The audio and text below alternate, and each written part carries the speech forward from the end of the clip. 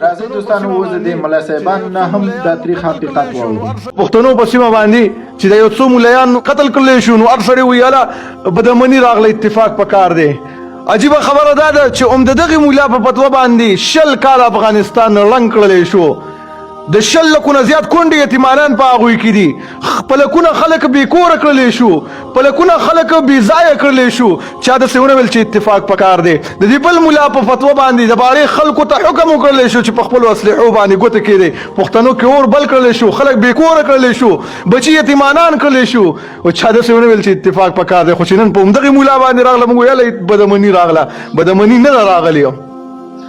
همدغه خلکونه بادار کار اخیستلو، خو چې کله د بادار مقصد پوره شو غلام له علت ورکړل، غلام خوله راکولو کنو بادار هم ورسره بیا به هغه څه کوي چې د هغو خو خوښ شي. مونږ بیا وایو یاره نر ملا دی. نر ملا به هله وی چې غلامي نه وی کړې د بادار. نر ملا به هله وی چې پخوا نه دغه شانتې حقیقت ویلی وی. او چې نن ورله پته ولګېده چې بادار وشاله دم راشه خوله کولا وکړه. پښتنو موږ اکثر خپل قاتل پسې لګیا یو روان یو. موږ ته قاتل د امن چغه وي، موږ قاتل پسې روان یو.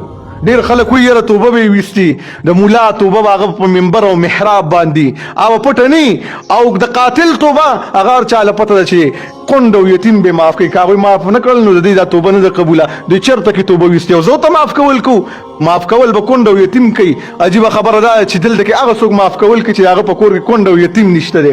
لږ د خلکو اصلیت وګورئ بیا ورپسې روانېږئ.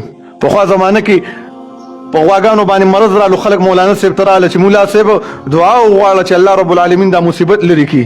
مولا صاحب ویل صبر کوئ ځکه غواګانې یې لا لیدلې د به غوښې خوړلې او چې کله د مولا په غوا باندې مرض ولګېدل هغه حلاله کړی شو. بیا خلکو له ویل الله راځئ حالات خراب دي چې دعا وغواړو. خلکو ورته ویل نه خیر د مولانا صاحب صبر به لږ کوو.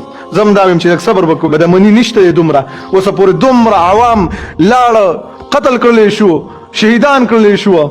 نو اوسه پورې بدمني نه وه چې په مولا راله نو بدمني جوړه شوله. واورېدل دوستانو، اوس تاسو پکې څه وایئ؟